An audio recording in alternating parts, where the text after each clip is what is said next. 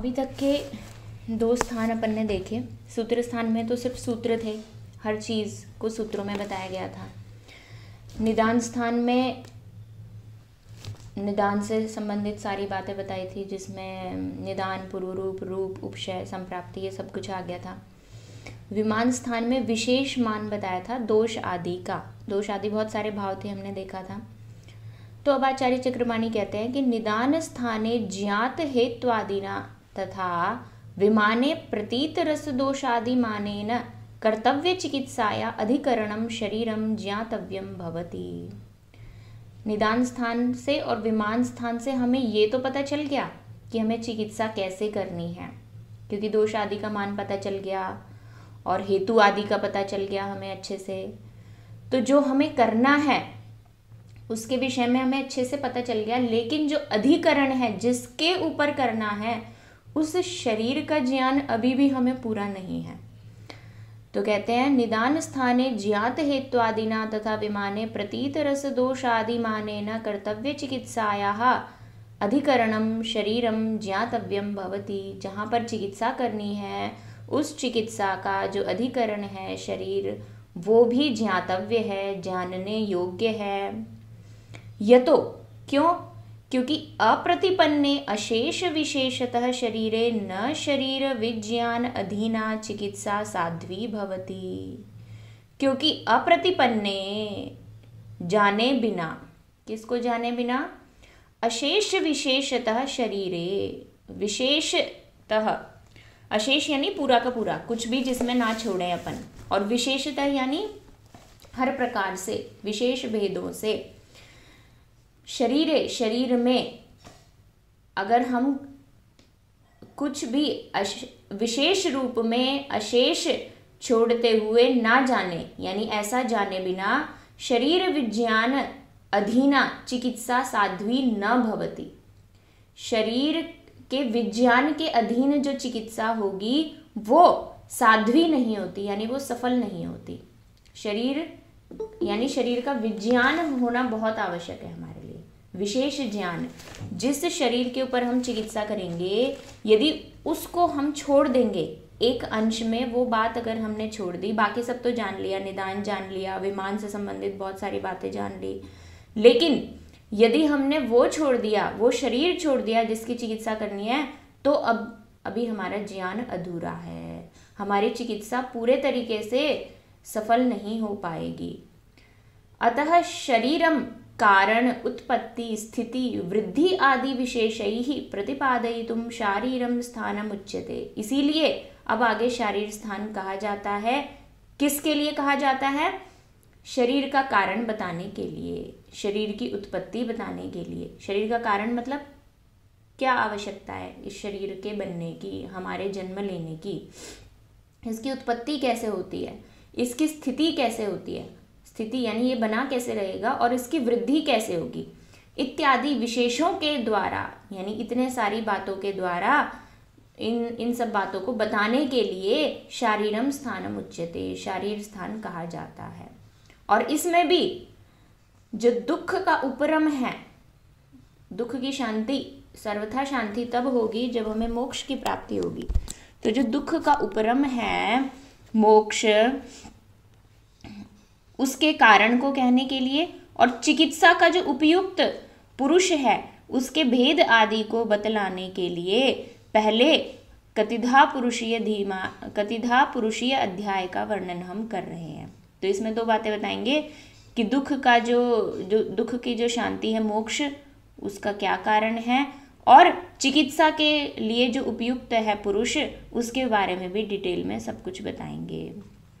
तो इसीलिए पहला अध्याय शारीर स्थान का उन्होंने शुरू किया कि भाई अभी तक हम सब कुछ जान चुके, व्याधियों के निदान जान चुके, दोष, रस, देश, काल, बल, बहुत सारे फैक्टर्स को जान चुके, लेकिन जिसमें हम ये सब चीज़ें देख रहे हैं, जिसके ऊपर हम चिकित्सा कर रहे हैं, वो शरीर का ज्ञान अभी भी अधूरा है कि इसकी उत्पत्ति ही क्यों हुई, हमारा जन्म ही क्यों हुआ, हमारी स्थिति क्यों होती है, वृद्धि क्यों होती है। इतनी सारी बातों को शारीर स्थान में जानेंगे, और उसमें भी सबसे पहले पुरुष को जानेंगे,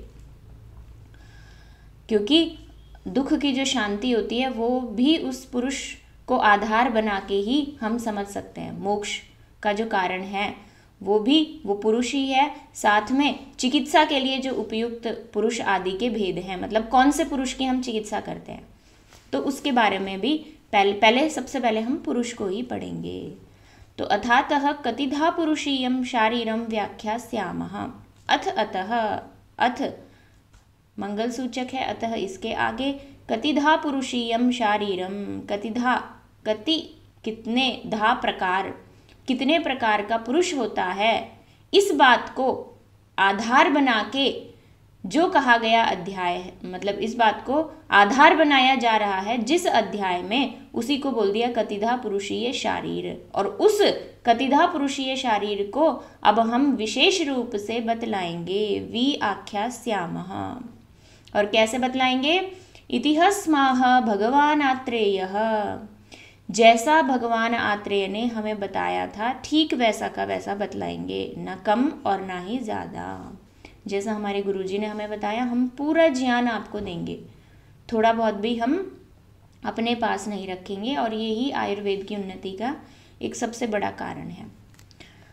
अब कहते हैं कतिधा पुरुषो धीमन् धातु भेदेन भिद्यते, पुरुषः कारणं कस्मात् प्रभवः पुरुषस्य कः।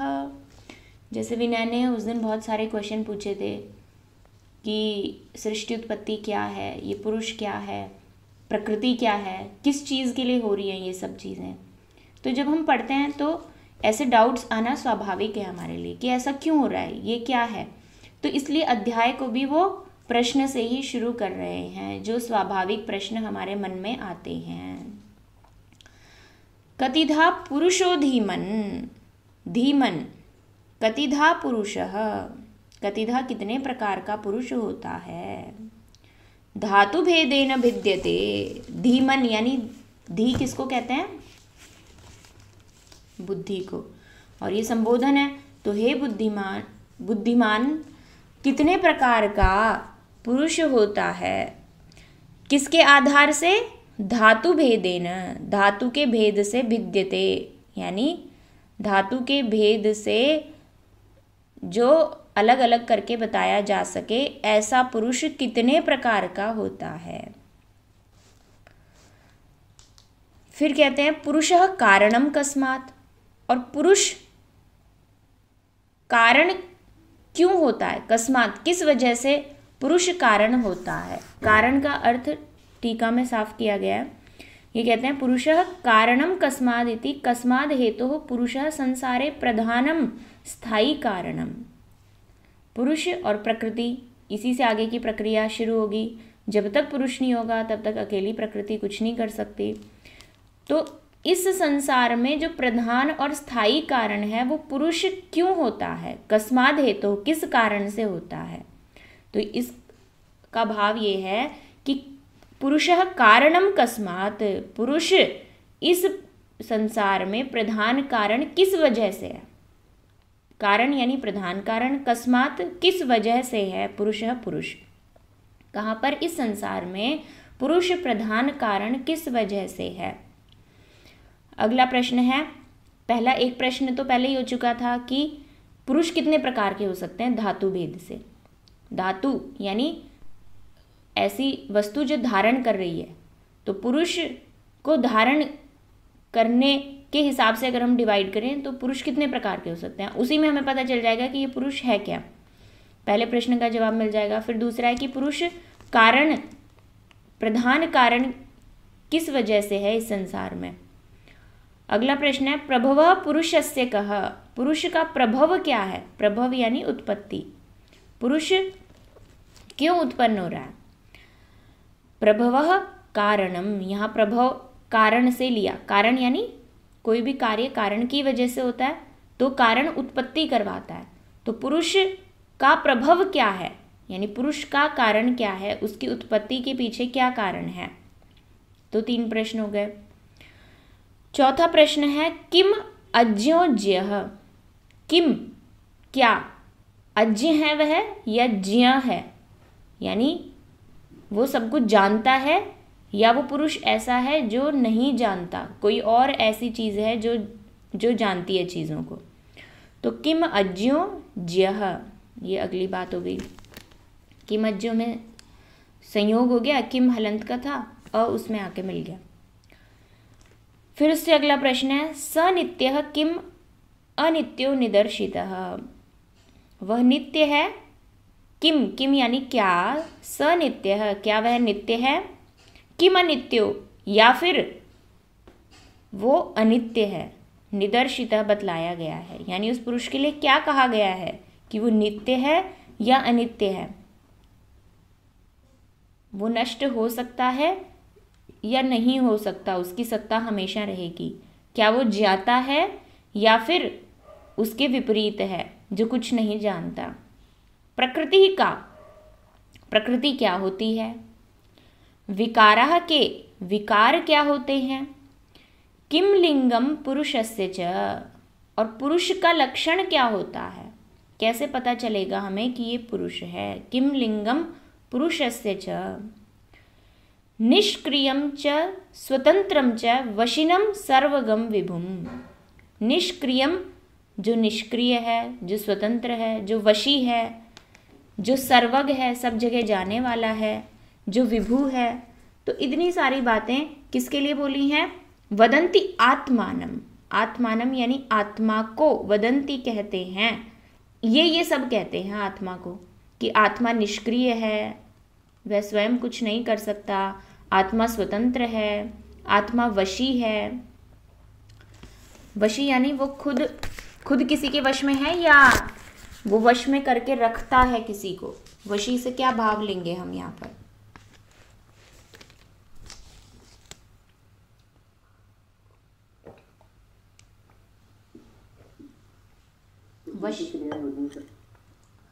वशी वश में करने वाला, किसको वश में करने वाला, आगे आएगा, अभी आएगा श्लोक में जब बताएंगे ना कि हाँ ये वशी है तो किसको वश में करता है, ये सब बातें क्लियर हो जाएंगी।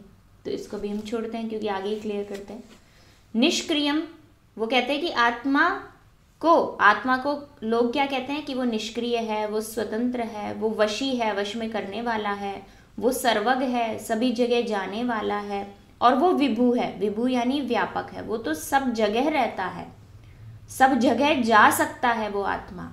वो वशी है, वश में कर सकता है, वो निष्क्रिय है, वो स्वतंत्र है।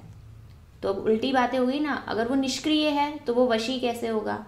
बहुत सारे डाउट आते हैं, पुरुष या आत्मा, ये सब बातें बोलते ही। तो आत्मज्ञ, आत्मा को जानने वाले, अब एक नया ही विशेषण यहाँ पे यूज कर दिया, आत्मज्ञ। वैद्य नहीं बोला, कुछ और नहीं बोला, आत्मज्ञ यानी उस परम तत्व को जानने के लिए भी हमें बहुत पापड़ बेलने पड़ेंगे, अभी तब विशेषण आ सकता है, मिल सकता है हमें आत्मज्ञ, आत्मा को जानने वाले। तो आत्मज्ञ व्यक्ति उस आत्मा को ऐसा ऐसा कहते हैं, और साथ में ये भी कहते हैं क्या, क्षेत्रज्ञम साक्षिणम तथा, कि वो क्षेत्रज्ञ है, वो साक्षी है। क्षेत्रज्ञ यानी क्षेत्र को जानने वाला है, और वो साक्षी भी है। साक्षी है, किसका साक्षी है, साक्षी होता है जो अपने सम्मुख घटित होती हुई वस्तु को देख रहा है और प्रमाण के रूप में वहां स्थित है कि हाँ मेरे सामने ऐसा हुआ, उसी को साक्षी बोलेंगे। अच्छा, इसमें निष्क्रियम, स्वतंत्रम, वशिनम, सर्वगम, विभुम, ये अंक की बिंदी क्यों आई है, ये द्विवचन है या नहीं, सॉरी द्वितीय है या प्रथमा ही है,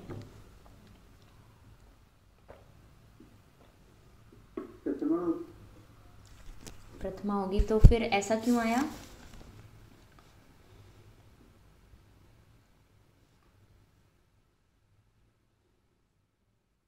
सब में अंक की बिंदी है। क्या सारे शब्द नपुंसकलिंग के हैं?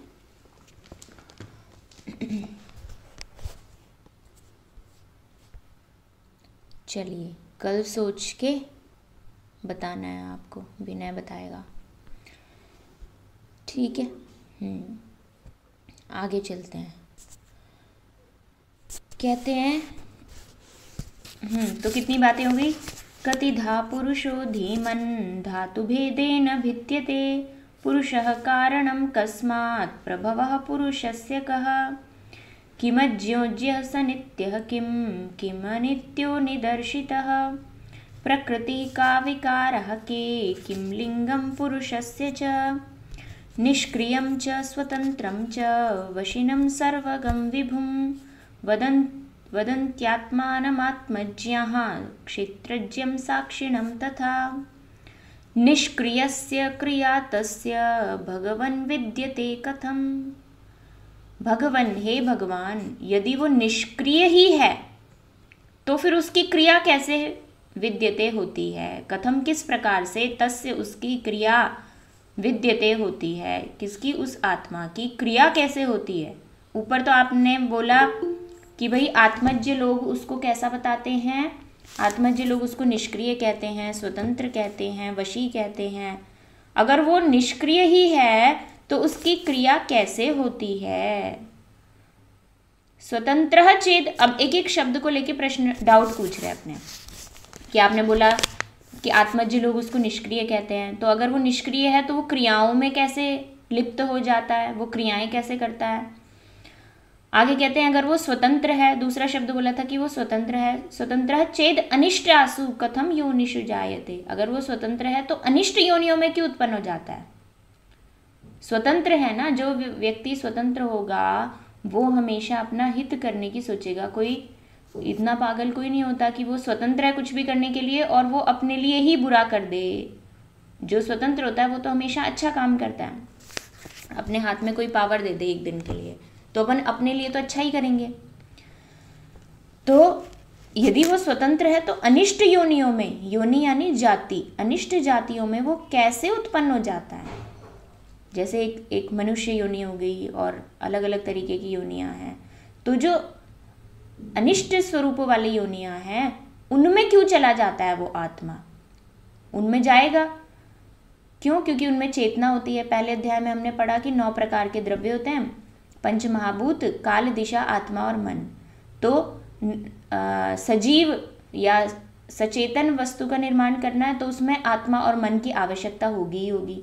तो ऐसी बहुत सारी योनियां हैं मनुष्य के अलावा जो कि चेतन हैं, तो उनमें आत्मा और मन है। उससे हमें पता चलता है कि ये योनि तो अनिष्ट है, यानी जैसे हमारे अंदर बुद्धि का जो स्तर है वैसा उनमें नहीं होगा, या जैसा जीवन हम अपने लिए अच्छा बना सकते हैं ऐसा उस योनि वाले नहीं बना सकते। तो यदि वो आत्मा स्वतंत्र था तो वो आत्मा हमेशा मनुष्यों में, यानी जो उत्तम कोटि की योनि है उसी में जाता। वो आत्मा अनिष्ट स्वरूप वाली योनियों में क्यों जा रहा है। वो चेतन है इसलिए हमें पता है कि उनमें भी आत्मा है, तो अगर वो आत्मा स्वतंत्र ही था तो अच्छी योनियों में ही जाता हमेशा। इस अध्याय में हमें सबसे पहले प्रश्नों को ही समझना है। अगर हमें प्रश्न समझ में आ गए ना, क्योंकि ये इतना डिफिकल्ट टॉपिक है, हम इसके बारे में बैठ के कभी सोचते भी नहीं हैं, और सोचते हैं तो हम बिना किसी निष्कर्ष पे निकले बाहर निकल जाते हैं। ठीक है 2-4 मिनट कि कैसे हमारी उत्पत्ति हुई, दिमाग हम लगाते ही नहीं है कभी। तो सबसे पहले तो हमें प्रश्न पता होने चाहिए कि हाँ ये वास्तव में प्रश्न बनते हैं जिनका जवाब हमें चाहिए, और फिर उसके बाद हम एक एक प्रश्न का जवाब अच्छे से देखते हुए चले कि इस श्लोक में इसका जवाब दिया, इस श्लोक में इसका जवाब दिया, तो कुछ ना कुछ क्लियर होगा ये पूरा चैप्टर पढ़ने के बाद। अभी तक हमें सिर्फ इतना ही क्लियर हो रहा है कि हमें शरीर को जानना है। शरीर एक चेतन वस्तु है, और चेतन है तो उसमें आत्मा है, और आत्मा ही सबसे प्रधान है, क्योंकि निर्जीव में भी पंच महाभूत और काल और दिशा तो है ही है। काल और दिशा कैसे होते हैं, किसी भी कैसे डिसाइड करेंगे कि ये काल और दिशा हर प्रकार के, मतलब कारण द्रव्य है ना वो, तो हर प्रकार के द्रव्य में होगा, निर्जीव में भी होगा, बस सजीव में 2 एक्स्ट्रा आ गए, आत्मा और मन। तो हम कैसे समझेंगे। काल जैसे कोई औषधि वगैरह भी काल के साथ खराब हो जाती है। उत्पत्ति की बात कर रहे हैं अभी हम, खराब नहीं। हाँ, जैसे खराब होती है ना वैसे ही उत्पत्ति के लिए भी एक विशेष काल की आवश्यकता है। जैसे गेहूं की फसल उगानी है तो एक विशेष समय पे ही, विशेष जलवायु के अंतर्गत ही वो उत्पन्न हो सकती है। काल नित्यक और आवस्थिक 2 तरीके का होता है। तो अवस्था काल की एक विशेष अवस्था में ही वो गेहूं बन सकता है। ऐसे ही अगर हम पैदा हो रहे हैं तो काल की एक विशेष अवस्था में ही हम पैदा हो सकते हैं। जब शुक्र शोणित का संयोग होगा और जब आत्मा उसके अंदर आ जाएगी तो वो एक विशेष काल बनेगा जब हमारी उत्पत्ति होगी। तो काल से कोई नहीं बच सकता। और दिशा, हर किसी को उत्पन्न होने के लिए दिशा की आवश्यकता होती है। जैसे शुक्र शोणित का संयोग तो हो गया, लेकिन अगर यूट्रस के अंदर कोई ट्यूमर है, गर्भाशय में कोई ट्यूमर है और उसको स्थान ही नहीं मिला, या फिर एक्टोपिक प्रेगनेंसी का केस हम पढ़ते हैं, वहाँ पे उतनी जगह ही नहीं है कि आगे डेवलपमेंट हो सके शुक्र शोणित संयोग होने के बाद में। तो दिशा हमेशा आवश्यक है अगर वृद्धि चाहिए तो इसलिए काल और दिशा, दिशा मतलब वो 9 प्रकार की दिशाएं तो हैं, लेकिन यहाँ दिशा का अर्थ ये है कि स्थान मिले हमें। अब वो किसी भी डायरेक्शन में हो सकता है, आगे पीछे ईपर नीचे, किसी भी चीज़ को ग्रो करवाना है, उत्पन्न करवाना है तो स्थान चाहिए। ऐसे ही कोई बीज हम बो दें और मिट्टी के ऊपर पत्थर रख दें, ईंट रख दें, तो वो बीज कभी भी अंकुरित नहीं होगा, मतलब वो पौधा नहीं बन सकता। क्यों? क्योंकि उसको दिशा नहीं मिल रही है। नीचे वो उग नहीं सकता, उगना उसको ऊपर की दिशा में ही है, और वहाँ हमने पत्थर रख दिया तो उसमें अंकुरण कभी नहीं होगा। तो काल और दिशा बहुत ज़रूरी है। तो अब यहाँ प्रश्न यही आते हैं कि हमारे निर्माण में किसी भी सचेतन जिसके अंदर चेतना है, उसके उत्पत्ति में सबसे प्रधान जो है वो पुरुष है, आत्मा। आत्मा के बारे में हम सब सुनते हैं अपने बड़ों से, इधर उधर से, और हम देखते भी हैं कि मृत्यु हो जाती है तो कुछ ना कुछ डिफरेंस आता है हमारे शरीर में। तो वो कहते हैं कि इस संसार की उत्पत्ति में प्रधान कारण पुरुष है, स्थायी कारण पुरुष है। किस वजह से? तो ये तो सबसे पहला और बेसिक क्वेश्चन है हमारा। और वो पुरुष कितने प्रकार का हो सकता है, और उस पुरुष का खुद का प्रभाव क्या है? ऐसा क्या हुआ कि वो किसी को उत्पन्न करवा रहा है, किसी चेतन वस्तु का निर्माण करवा रहा है, तो कोई तो प्रेरक होगा, कोई तो ऐसी घटना होगी जिसकी वजह से वो ऐसा कर रहा है। फिर हम उस आत्मा के बारे में और ज़्यादा जानने की लालसा रखते हैं कि भाई वो सब कुछ जानता है क्या, कि उसको कहाँ जाना है, उसको कैसे चेतना देनी है, क्या वो नित्य है या अनित्य है, क्या वो नष्ट हो सकता है क्या, या वो हमेशा रहेगा, उसकी सत्ता हमेशा रहेगी। प्रकृति क्या होती है, विकार क्या होते हैं, प्रकृति और विकृति, इसके बारे में पढ़ेंगे। कैसे पता चलेगा कि इस व्यक्ति के अंदर मतलब ये पुरुष के लक्षण हैं और ये नहीं है। ये लक्षण होने से हमें पता चलेगा कि इसके अंदर चेतना है, और ये लक्षण ना होने से हमें पता चलेगा कि इसमें चेतना नहीं है। फिर कहते हैं, फिर उन्होंने बोला कि हम तो अक्सर ऐसा सुनते हैं कि वो जो आत्मा है वो निष्क्रिय है, वो स्वतंत्र है, वो वशी है, वो सब और गमन करता है, वो विभु है, वो व्याप्त है हर जगह पर, वो क्षेत्रज्ञ है, क्षेत्र को जानता है। क्षेत्र मतलब ऐसी जगह जहाँ वो रहता है उसको जानता है, और वो साक्षी है, जो कुछ भी घटित हो रहा है उन सब का साक्षी वो आत्मा ही है। हम क्या बोलेंगे, ये तो मेरे सामने हुआ, तो मैं कौन हूँ? आत्मा के लिए हम बोल रहे हैं। ये शरीर तो निर्जीव है, ये साक्षी नहीं है। साक्षी जो ज्ञान करेगा, जो समझता है, वो आत्मा ही है। तो साक्षी भी इसलिए वही है। लेकिन अब एक एक पे हम प्रश्न उठा सकते हैं कि अगर वो निष्क्रिय है तो उसकी क्रिया कैसे होगी? हे भगवान मुझे बताओ। अगर वो स्वतंत्र है तो वो अपने आप को अनिष्ट योनियों में क्यों ले जाता है? ये भी बताओ। अगर वो वशी है, यदि असुखई कस्माद भावई आक्राम्यते बलात्, वशी है यानी वो सब कुछ नियंत्रण में कर सकता है, तो वो ऐसे चीज़ों को नियंत्रण में क्यों नहीं करता, नियंत्रित क्यों नहीं करता जो कि उसके लिए उसको दुख देती हैं। असुख कराने वाले, असुखई ही भावई ही, असुख कराने वाले भावों से, तृतीया का बहुवचन, कस्मात क्यों, आक्राम्यते, आक्राम्यते यानी आक्रांत हो जाता है, वो ग्रस्त हो जाता है, बलात् बलपूर्वक। बहुत सारे हमेशा हमारे दिन अच्छे तो नहीं जाते सुख वाले, कई ऐसे भी भाव हैं जिनसे हमें दुख की अनुभूति होती है। तो अगर वो आत्मा वशी ही था तो वो कंट्रोल क्यों नहीं करता कि वो दुख वाली कोई बात आए जो हमारे विपरीत हो तो वो हमें इतनी क्यों फील होती है, वो फील होनी बंद हो जाए। अगर वो आत्मा वशी है, वो सब कुछ कंट्रोल कर सकता है, तो इस बात को क्यों नहीं करता वो कंट्रोल। तो वशी यदि असुखैः कस्मात् भावैः आक्राम्यते बलात्। इससे हमें एक बात तो पता चलती है कि बात शुरू करी इन्होंने पुरुष से और फिर आत्मा पे आ गए कि आत्मा को ऐसा ऐसा बोलते हैं, यानी पुरुष आत्मा है। जो प्रकृति पुरुष सृष्टि उत्पत्ति में हम पढ़ रहे हैं वो मोटे तौर पर जो बिल्कुल शुरू वाला पुरुष है वो आत्मा से बताना चाह रहे हैं हमें। नाम उसका पुरुष दे दिया, क्यों दे दिया वो आगे क्लियर हो जाएगा अभी। तो भाई वो आत्मा निष्क्रिय है तो उसमें क्रिया कैसे होती है, वो आत्मा स्वतंत्र है तो अनिष्ट योनियों में कैसे चला जाता है, वो आत्मा वशी है तो असुख वाले भावों से वो क्यों आक्रांत हो जाता है। सर्वः सर्वगतत्वाच्च वेदना किम न वेत्ति सः।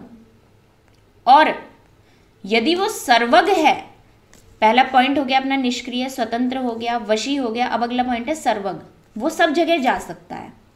अगर वो सब जगह जा सकता है तो सर्वगतत्वात्, सर्वगत होने के कारण सर्वः वेदना, सब प्रकार की वेदनाएं किम न वेत्ति, क्यों नहीं जानता, सह वह, किम न वेत्ति, वह क्यों नहीं जानता। किस प्रकार की वेदनाएं, आचार्य चक्रपाणी ने इसको क्लियर किया। उन्होंने कहा सर्वा इति पर पुरुषगता अपि वेदना। सर्वा मतलब जो आपके सम्मुख हो रही है वेदनाएं या अनुभूति, वो तो अपनी आत्मा को करनी ही करनी है उनका प्रत्यक्ष, लेकिन अगर वो सर्वग है, वो सब जगह जा सकता है।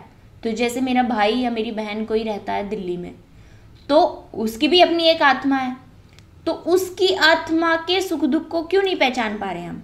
पर पुरुष की वेदना को भी जानना चाहिए। मेरी आत्मा तो स्वतंत्र है ना, मेरी आत्मा तो सर्वग है, हर जगह जा सकती है।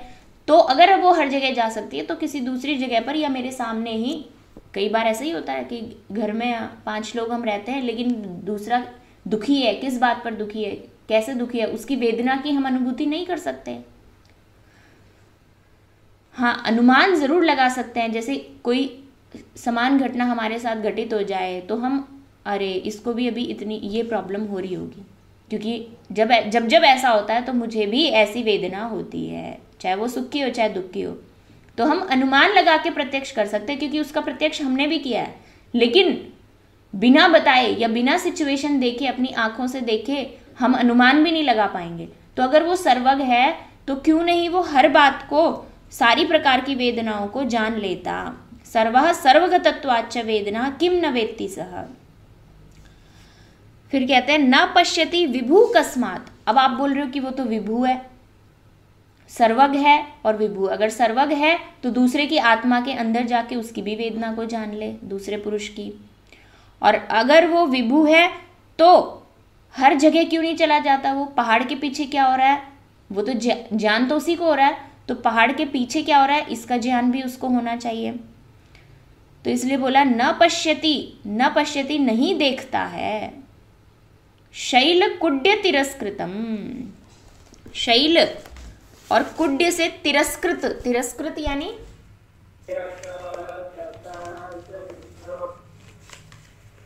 तिरस्कृत यानी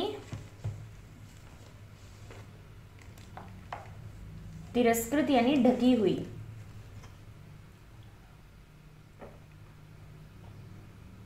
ढकी हुई किससे ढकी हुई, शैल यानी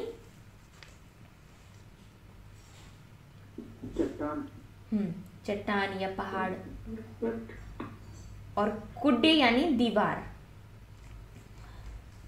तो अगर वो विभु है तो कोई चीज अगर दीवार से ढक जाए या पर्वत से ढक जाए, यानी किसी बड़ी वस्तु से कोई चीज ढक जाती है, तो पीछे क्या हो रहा है हमें नहीं पता। हमारे पड़ोसी के घर में क्या हो रहा है अभी हमें नहीं पता। क्यों? क्योंकि दीवार है उनके और अपने घर के बीच में। जब तक हम आंखों से नहीं देखेंगे हम नहीं पहचान पाएंगे। तो अगर वो आत्मा विभु है, वो सब जगह व्यापक है, तो हमें आंखों से देखने की क्या जरूरत है। उसको तो दूसरे के घर में जाके पता कर लेना चाहिए, खुद ही उसको पता होना चाहिए कि वहाँ ये चल रहा है, वहाँ ये चल रहा है, वहाँ ये हो रहा है। लेकिन जैसे ही कोई चीज़ किसी से ढक जाती है हमारी आंखों के सामने, हम उसका प्रत्यक्ष नहीं कर पाते, तब तक वो ज्ञान भी नहीं कर पाता। तो न पश्यति विभु कस्मात् शैलकुड्य तिरस्कृतम् क्षेत्रज्ञः क्षेत्रमथवा किं पूर्वमिति संशयः। अब क्या सारी बातों के बारे में प्रश्न पूछ लिया, निष्क्रिय, स्वतंत्र, वशी, सर्वज्ञ, विभु, इन सब के बारे में प्रश्न। अपन स्टूडेंट हैं तो हमें भी ऐसे ही प्रश्न आएंगे। लोग जो बड़े बड़े महात्मा ज्ञानी पुरुष हैं वो तो बोल के चले जाएंगे कि वो निष्क्रिय है, वो स्वतंत्र है, वो वशी है, वो सर्वज्ञ है, वो विभु है। हम अपनी कड़ियाँ जोड़ते रहेंगे। क्यों? क्योंकि हमें तो पता ही नहीं है। स्वतंत्र है तो भाई ऐसे कैसे चला गया वो अनिष्ट योनियों में। तो हर शब्द के लिए हमारे दिमाग में एक प्रश्न आ सकता है जब तक हमें वो टॉपिक क्लियर नहीं है, और जब क्लियर हो जाएगा तब नहीं आएगा। क्यों? क्योंकि हेतु पता चल जाएगा हमें कि ऐसा इसलिए हो रहा है। तो हर बात को क्लियर करने के लिए एक हेतु हमारे पास होना चाहिए।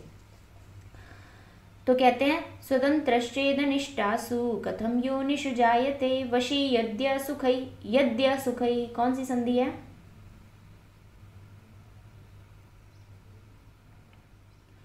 वशी यद्य सुखै कस्मात् भावैराक्राम्यते बलात् सर्वः सर्वगतत्वाच्च वेदनः किं न वेत्ति सः न पश्यति विभु कस्मात् शैलकुड्य तिरस्कृतं क्षेत्रज्ञः क्षेत्रमथवा किं पूर्वमिति संशयः।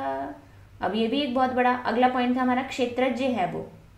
अगर वो क्षेत्र को जानता है तो पहले तो आप हमें ये बताओ कि पहले क्षेत्र आया या क्षेत्रज्ञ आया? पहले ये निर्जीव शरीर बनेगा या पहले आत्मा आएगी? कौन पहले आता है?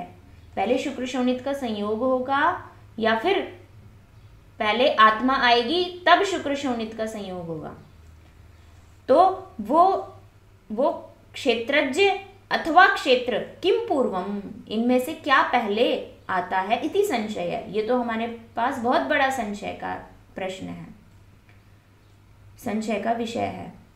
ज्ञेयं क्षेत्रं विना पूर्वं क्षेत्रज्ञो ही न युज्यते। ज्ञेयं क्षेत्रं विना पूर्वम। अब वो पूछता है कि आप मुझे पढ़ाने तो लग गए, गुरुजी को बोलता है कि आपने बोल तो दिया आज मैं तुम्हें शारीर स्थान पढ़ाऊंगा। शारीर जानना हमारे लिए इसलिए जरूरी है, शारीर स्थान को पढ़ना क्योंकि शरीर के बारे में जानना है, जो अधिकरण है उसके बारे में जानना है, और उसमें भी प्रधान आत्मा है, तो पहले आत्मा के बारे में बताऊंगा। तो अब शिष्य प्रश्न पूछता है कि क्षेत्रम विना पूर्वम, शरीर को जाने बिना आत्मा कैसे बता दोगे आप? पहले शरीर तो बताओ। जब तक शरीर ही नहीं होगा तब तक क्षेत्रज्ञ यानी वो आत्मा कैसे आ जाएगा उसके अंदर? तो पहला प्रश्न तो मेरा ये है कि क्षेत्र पहले आता है या क्षेत्रज्ञ पहले आता है?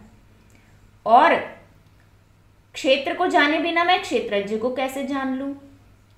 युक्ति ही नहीं बिठा पाऊंगा मैं। क्षेत्रम च यदि पूर्वम स्याद, और यदि पहले क्षेत्र आ जाए, आप बोलोगे चलो मैं तुम्हें क्षेत्र ही पढ़ा देता हूं, फिर क्षेत्र प्रधान है, तो फिर क्षेत्रज्ञ स्याद अशाश्वत है। तो इसका मतलब क्षेत्रज्ञ कोई अशाश्वत वस्तु है, शाश्वत नहीं है, जबकि हम जानते हैं कि क्षेत्रज्ञ शाश्वत होता है। और गुरुजी भी, यानी यहाँ पे जो प्रकरण चल रहा है वो शिष्य भी अपने मन में सोच रहा होगा कि गुरुजी भी बहुत बार पहले बोल चुके कि ये शाश्वत है, पहले अध्याय में ही आया था। तो क्षेत्रज्ञ के बारे में लेके हमारे मन में जितने सवाल थे वो यहाँ पे आ गए। अगला शब्द था 5वें श्लोक में साक्षी, कि वो साक्षी भी है। तो कहते हैं साक्षीभूतस्य कस्यायं कर्ता यन्यो न विद्यते। ये साक्षी है मान लिया, लेकिन हम किसके साक्षी होते हैं? जब काम कोई दूसरा कर रहा होता है तो उसके साक्षी हम बनते हैं कि हम देख रहे हैं, हमारे सम्मुख ये हुआ है, तो कोई दूसरा कर्ता भी तो होना चाहिए। यानी आप तो कह रहे हो कि सब कुछ करने वाला ये आत्मा ही है, ज्ञान इसको ही होता है, और फिर आप इसको साक्षी भी बोल रहे हो। साक्षी बोलते ही हमारा अगला डाउट आता है कि भाई करने वाला कोई दूसरा भी है, इसका मतलब तभी ये साक्षी है। तो कहते हैं साक्षीभूत से, साक्षीभूत बने हुए, कस्य अयम, इसका, साक्षीभूत च अयम, यह जो आत्मा है, जो साक्षीभूत है, जो साक्षी बन रहा है बार बार, कस्य, वो तो हमें समझ में आ गया कि ये है, लेकिन कस्य, किसका साक्षी बन रहा है ये बार बार? कर्ता ही अन्यो न विद्यते, कोई दूसरा कर्ता तो मिलता ही नहीं है हमें आत्मा के अलावा कि कोई दूसरा कर्ता भी हो।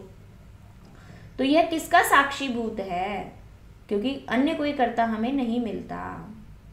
स्यात् कथं च विकारस्य विशेषो वेदनाकृतः। अब यहाँ तक पांचवें श्लोक से संबंधित संशय तो हमने पूछ लिए एक एक शब्द पे कि भाई लोग ऐसा ऐसा बोलते हैं। अब कुछ प्रश्न उससे पहले पूछे थे, पुरुष कारणम कस्मात् प्रभव पुरुषस्य कः, किमज्युज्य स नित्यः, किम नित्यो निदर्शितः, प्रकृति का विकारः के, किम लिंगम पुरुषस्य च।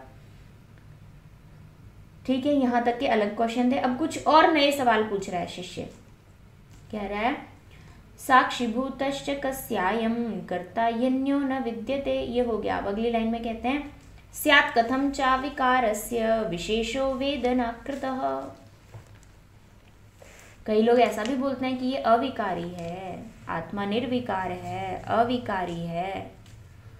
तो यदि ऐसा है तो अविकारस्य, अविकार विशेषण जिसको मिला है, ऐसा जो आत्मा है वो आत्मा कथम क्यों, विशेषो वेदनाकृतः, यानी वेदनाकृत जो विशेष है, विशेष यानी अलग अलग तरीके का ज्ञान है, वो कैसे हो जाता है उसको वेदनाकृत ज्ञान। इसको चक्रपाणी टीका में अच्छे से बताया। उन्होंने बोला विशेषो वेदनाकृत इति पुत्र आदि ज्ञान रूप वेदना जनितो हर्ष आदि विशेष। जैसे किसी का बेटा अच्छे काम करता है तो उसको खुशी होती है, किसी का बेटा बुरे काम करता है तो उसको दुख होता है। तो पुत्र आदि यानी जिन जिन भावों से हम जुड़े हैं, जो भाव हमारे अंदर कोई ना कोई अनुभूति कराएंगे अच्छा या बुरा होने से, उन भावों से उत्पन्न हर्ष आदि जो भी विशेष हैं, हर्ष आदि विशेष हैं, वो अलग अलग तरीके की जो विशेष वेदनाएं हैं वो अविकारी उस आत्मा की कैसे होती हैं। तो विशेषो यानी भेद कैसे आ जाता है, कैसा भेद, वेदनाकृत भेद, कि ये हर्ष हो रहा है, यहाँ पे दुख हो रहा है, यहाँ पे उत्साह हो रहा है। तो ऐसे वेदनाकृत विशेष उस अविकार में कैसे आ जाता है। जो वस्तु अविकारी है उसमें तो कोई विकार आना ही नहीं चाहिए। वेदना भी एक प्रकार का विकार ही है उसके अंदर। तथा चार्तस्य भगवन् तिसृणां काम चिकित्सति। तथा च आर्तस्य, अब हम आ जाते हैं अपनी बात पे। ये बातें तो सब आत्मा से संबंधित होगी जो नॉर्मली हमें डाउट्स रहते हैं, लेकिन अब एक चिकित्सक होने के नाते आप मुझे ये बताइए कि अथ, अब इसके आगे मैं आपसे पूछता हूं, आर्तस्य भगवान, हे भगवान, आर्तस्य रोगी व्यक्ति के तिसृणाम काम चिकित्सति। तिसृणाम तीन प्रकार की बातों को, किस प्रकार की, तीन प्रकार की चीजों को चिकित्सति वैद्य ठीक करता है। कैसी तीन प्रकार की बातों को, अतीताम वेदनाम, तीन प्रकार की वेदनाओं को। पहली अतीत वेदना जो बीत गई, दूसरी वर्तमानाम, और तीसरी भविष्यतीम जो अभी हुई नहीं पर आगे हो सकती है। जैसे बोलते हैं ना कि आप दिनचर्या ठीक रखो वरना आपको हार्ट अटैक आ सकता है, आप व्यायाम करिए, आप ज़्यादा घी मत खाइए, नॉर्मली जो बोलते हैं, या एलोपैथी वाले जो बोलते हैं कि भाई आप इतना पानी पियो, दिन में इतना लीटर पानी पियो, नहीं तो आपको ऐसा हो जाएगा। वो भविष्य काल की वेदना के बारे में बात करते हैं उस लाइन में। तो वेदनाएं तीन प्रकार की होती हैं।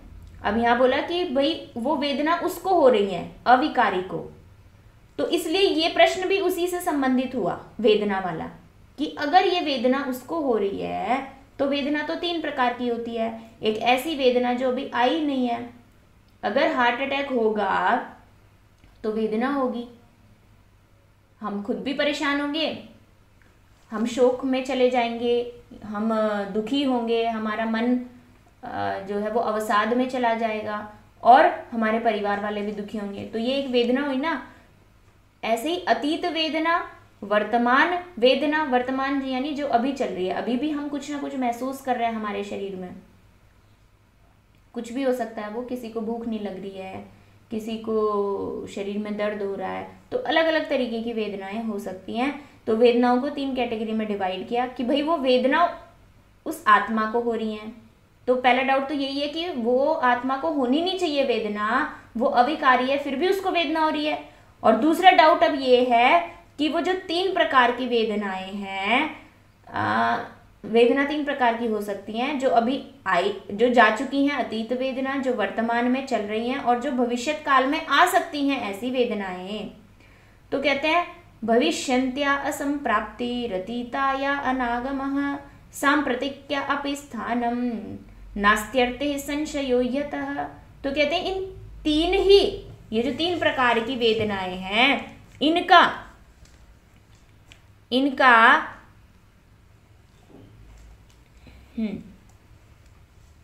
अभी आगे आएगा इस श्लोक में। कहते हैं कि न अस्ति अर्तेः स्थानम, यहां से जोड़ेंगे इसको। स्थानम यानी एक जैसा बने रहना, स्थिति का स्थान बोलते हैं ना कि ये इसका स्थान है, या अवस्था के लिए कि भाई ये इस तरीके की अवस्था, तो ढांचा, उसके लिए भी स्थान आता है। तो यानी अब वो वेदना का एक स्वरूप बन गया कि अभी मुझे अग्नि मांदे है, मेरे को भूख नहीं लग रही, लेकिन कुछ देर बाद वो वेदना वैसी नहीं रहेगी, या तो वो और ज़्यादा खराब हो जाएगी, मुझे हो सकता है उल्टी हो जाए, या फिर वो ठीक हो जाएगी। तो कुछ समय बाद हो सकता है मुझे हल्की भूख महसूस हो या शरीर में हल्कापन लगे। तो कहते हैं कि न अस्ति, नहीं होती है, अर्तेः पीड़ा की, षष्ठी विभक्ति लगाई है, पीड़ा का स्थानम यानी स्थिति जो है वो नहीं रहती है हमेशा,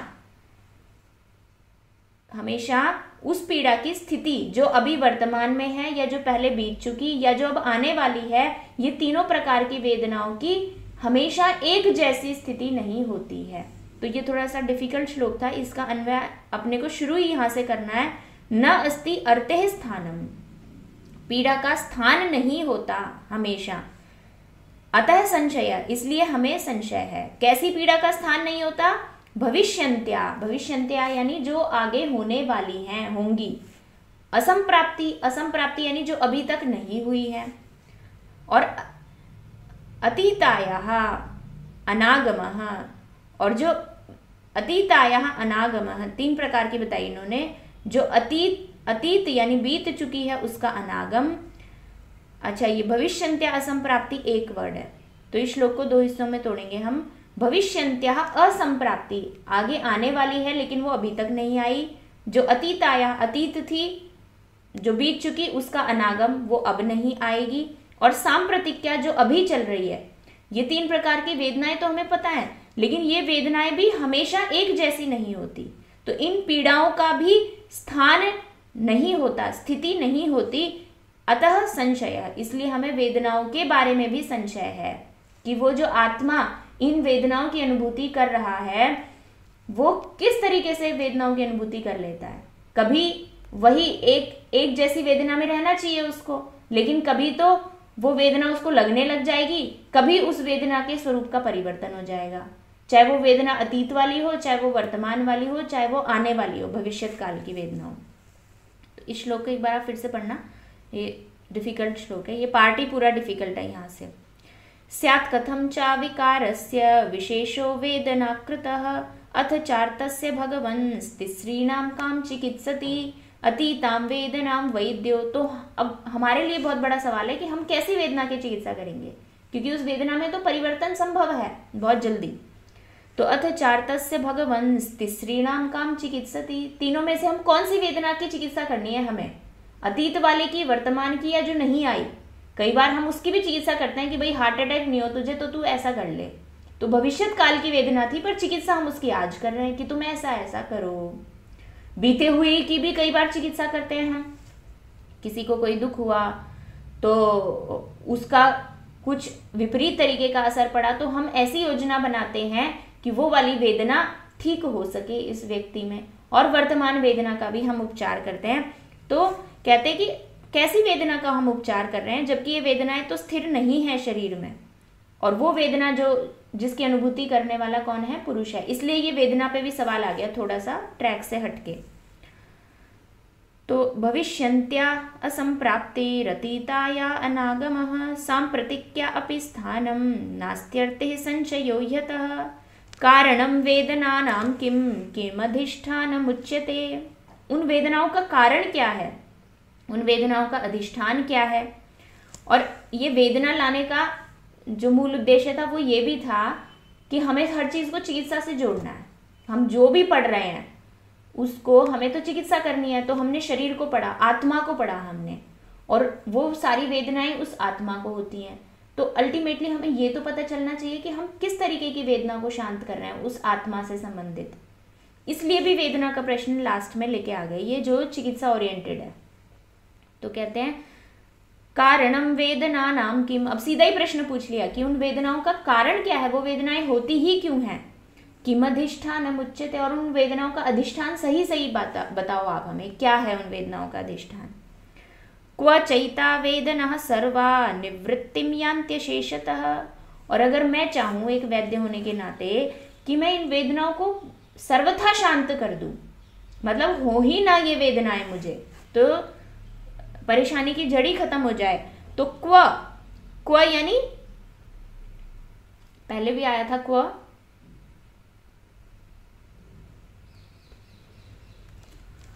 पहले क्व कहाँ आया था पिछले अध्याय में?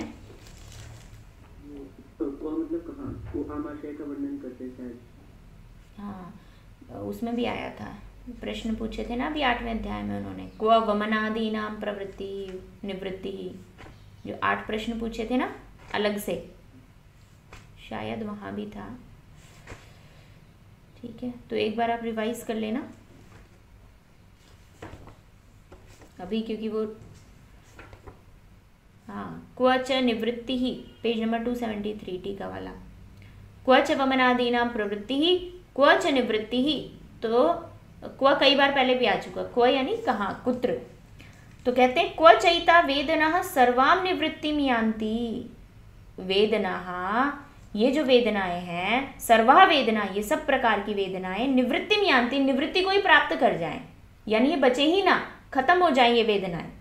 यान्ति अशेषता, और अशेषता यानी पूरे तरीके से खत्म हो जाए ये वेदना। ये कुत्र कहाँ पर होगा, मतलब क्या हमें करना पड़ेगा इसके लिए।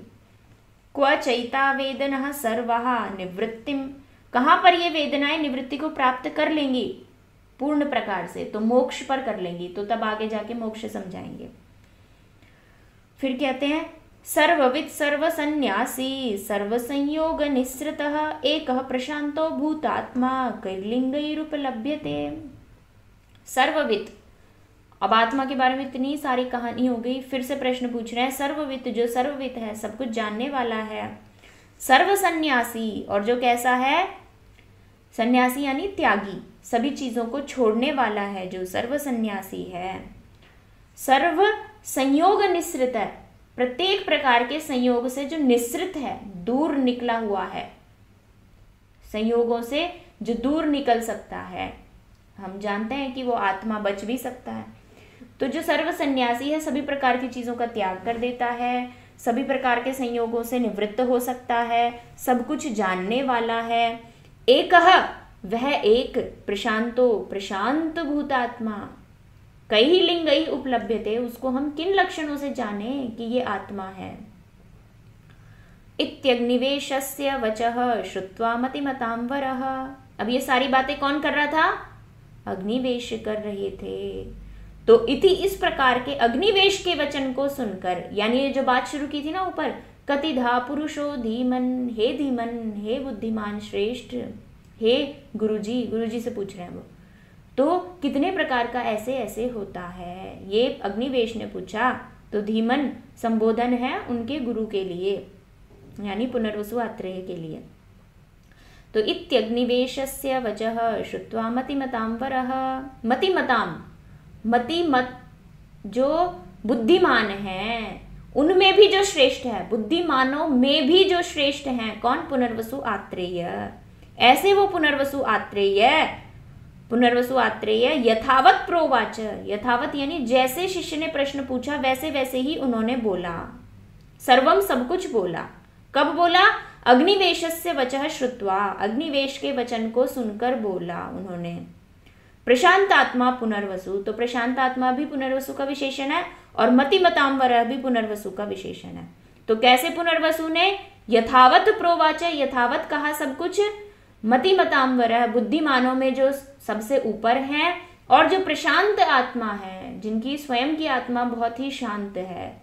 अब यहाँ से भी एक प्रश्न उठता है कि कैसे डिसाइड करेंगे कि ये आत्मा शांत है और ये आत्मा शांत नहीं है। कितना अच्छा शब्द है यहाँ, प्रशांत आत्मा। प्रशांत आत्मा पुनर्वसु और मतिमतों में श्रेष्ठ पुनर्वसु ने सर्वम यथावत प्रोवाच, अब वो करता है यहाँ पे, उन्होंने सब कुछ यथावत प्रोवाच कहा, अग्निवेशस्य वचः श्रुत्वा, अग्निवेश के वचन को सुनकर कहा। तो आज हम सिर्फ प्रश्नों को ही तक ही सीमित रहेंगे। आज आप इसके बारे में जाके सोचेंगे कि क्या क्या क्वेश्चन पूछे और क्या ये जेन्युइन है, क्या हमें भी ऐसा लगता है और क्या हमें इसके बारे में जानना चाहिए, इससे फ़ायदा क्या होगा हमें, तब अपना पहला अध्याय पढ़ना सफल हो जाएगा। तो ये बहुत ज़रूरी है कि एक एक प्रश्न को समझ के और उसका जवाब चाहिए हमें। तो जो ये विनय का क्वेश्चन था ये बहुत जेन्युइन था कि क्या है ये सृष्टि उत्पत्ति, किस चीज़ की उत्पत्ति हो रही है। सृष्टि में तो सब कुछ आ गया, तो वो कैसे होगी, पुरुष क्या है, तो ये सब कुछ अब इनके जवाब हमें मिलेंगे। एक बार शुरू से लास्ट तक मैं फिर से इसका पारायण कर देती हूँ, ध्यान से देखिए, कोई शब्द समझ में नहीं आएगा। बहुत जटिल वर्ड्स आए थे आज, तो संस्कृत के साथ हमें लेके चलना है, इस पूरे को रिवाइज करना है ज़रूर और चिंतन करना है। फिर हम एक एक के जवाब को लेके और समझने की कोशिश करेंगे। कतिधा पुरुषो धीमन् धातु भेदेन भिद्यते, पुरुषः कारणं कस्मात् प्रभवः पुरुषस्य कः, किमज्योज्यः स नित्यः किम नित्यो निदर्शितः, प्रकृतिः का विकारः किं लिंगं पुरुषस्य च, निष्क्रियं च स्वतन्त्रं च वशिनं सर्वगं विभुं, वदन्त्यात्मानमात्म्यज्ञः क्षेत्रज्ञं साक्षिणं तथा, निष्क्रियस्य क्रिया तस्य भगवन् विद्यते कथं, स्वतन्त्रश्चेदनिष्ठासु कथं योनिषु जायते, वशी यद्य सुखैकस्मात् भावैराक्राम्यते बलात्, सर्वा सर्वगतत्वाच्च वेदनः किं न वेत्ति सः, न पश्यति विभुः कस्मात् शैलकुड्य तिरस्कृतं, क्षेत्रज्ञः क्षेत्रमथवा किं पूर्वमिति संशयः, ज्ञेयं क्षेत्रं विना पूर्वं क्षेत्रज्ञो हि न युज्यते, क्षेत्रं च यदि पूर्वं स्यात् क्षेत्रज्ञः स्याद् शाश्वतः, साक्षिभूतश्च कस्यायं कर्ता ह्यन्यो न विद्यते, स्यात् कथं च विकारस्य विशेषो वेदनाकृतः, अथ चार्तस्य भगवन्स्तिसॄणां कां चिकित्सति, अतीतां वेदनां वैद्यो वर्तमानां भविष्यतीं, भविष्यन्त्या असम्प्राप्ते रतीताया अनागमः, साम्प्रतिक्या अपि स्थानं नास्त्यर्थे संशयो ह्यतः, कारणं वेदनानां किमधिष्ठानमुच्यते, क्व चैता वेदनः सर्वा निवृत्तिं यान्त्यशेषतः, सर्वविद् सर्वसन्न्यासी सर्वसंयोगनिःसृतः, एकः प्रशान्तो भूतात्मा कैर्लिङ्गैरुपलभ्यते, इत्यग्निवेशस्य वचः श्रुत्वा मतिमतांवरः, सर्वं यथावत् प्रोवाच प्रशांतात्मा पुनर्वसु। अच्छा, एक बात और, इस अध्याय को याद करना है हमें, पूरा अध्याय, और ये मुश्किल नहीं होता बिल्कुल भी, क्योंकि ये चैप्टर इतना इम्पोर्टेंट है, हमें टू द पॉइंट चीज़ें पता होनी चाहिए, और उसके लिए अध्याय याद होना भी बहुत ज़रूरी है। डेली पारायण होगा तो हो जाएगा, आपको थोड़े एक्स्ट्रा एफर्ट ज़रूर लेने पड़ेंगे कि आप घर पे बैठ के कम से कम 5 बार पारायण करो तो पूरा अध्याय याद हो जाएगा। चलिए ठीक है, फिर कल मिलते हैं। कुछ पूछना है आपको तो पूछ सकते हैं। निदान वाली संप्राप्ति की परिभाषा क्या थी? यथा वाग्भट वाली बोलो। यथा दुष्टेन दोषेण यथा चानु विसर्पता, निर्वृत्तिरामयस्यासौ संप्राप्तिर्जातिरागतिः। उसका नाम ही संप्राप्ति इसलिए कि निर्वृत्ति यानी होना, उत्पन्न होना। किसका उत्पन्न होना? यथा दुष्टेन दोषेण यथा चानो विसर्पता निर्वृत्तिरामयस्य। आमय का होना, व्याधि का होना, व्याधि का होना कैसे होना, किस प्रकार से वो दूषित दोष से तथा किस प्रकार के धातु में वो दोष जाता हुआ कैसे व्याधि को उत्पन्न कराएगा, यही संप्राप्ति है। तो संप्राप्ति यानी होना, उस समय पर होना, दोष और धातु के अंदर कुछ बदलाव होने से व्याधि का होना, इसीलिए उसका नाम है संप्राप्ति, यानी सम्यक प्रकार से उसकी प्राप्ति हो गई हमें। तो इसीलिए भविष्यन्त्यः होने वाला है, होने वाले का, असंप्राप्ति अभी तक ना प्राप्त होना। होने वाला तो बाद में होगा ना, अभी तो नहीं हुआ वो। तो एक एक वेदना को एक्सप्लेन कर रहे हैं। भविष्यन्त्या असंप्राप्ति, आगे होने वाले की असंप्राप्ति, अतीताया अनागम है, और अतीत वाली का अनागम, अतीत वाली तो आई नहीं अभी तक, उसका अनागम। और सांप्रतिक्या, सांप्रतिक्या यानी सांप्रति यानी वर्तमान काल। तो सांप्रतिक्या वर्तमान कालिक वेदना का अपि स्थानम नास्ति, इनका भी स्थान नहीं है, इनकी भी अवस्थिति नहीं है। किसका? अर्थे है। ये सारी बातें किसके लिए कही गई थी? वेदना के लिए। अर्थे यानी पीड़ा का। कैसी कैसी पीड़ा का? भविष्यन्त्यः अर्थे है, षष्ठी लगी है सब में। आगे होने वाली पीड़ा का। भविष्यन्त्या असंप्राप्ति, अतीताया अनागम, सांप्रतिक्याया अपि अर्थे स्थानम नास्ति, और जो अभी वर्तमान कालिक है उस पीड़ा का भी अभी स्थान नहीं है। इति ही अतः संशय, ऐसा हमें संशय होता है।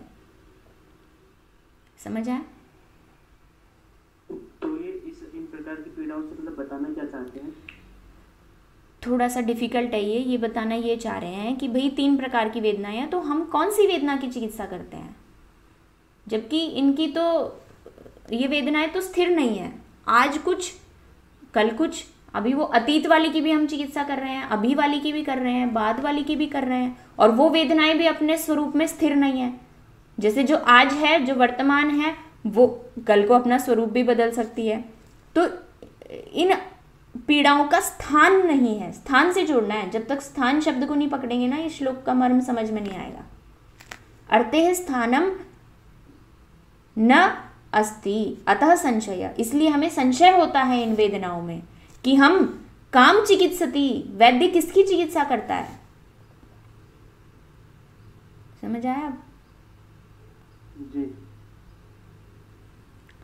और जो शुरू में भिद्यते शब्द निकल कर, तो भिद्यते यानी कैसे डिवाइड किया जा सकता है, भेद ही होगा। भेद मतलब वैसे फोड़ने अर्थ में भी होता है एक भेद, ये भेद है अलग अलग करने अर्थ में। जी बॉस। और बॉस तो ये है स्वतंत्र चेत, स्वतंत्र चेत, चेत यानी यदि, चेत का अर्थ होता है संस्कृत में यदि। यदि वह स्वतंत्र है तो अनिष्टासु योनिषु कथम जायते, तो फिर अनिष्ट योनियों में कथम क्यों जायते उत्पन्न होता है।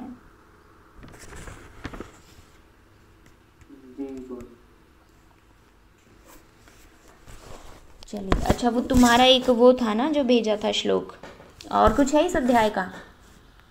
इस अध्याय का तो नहीं।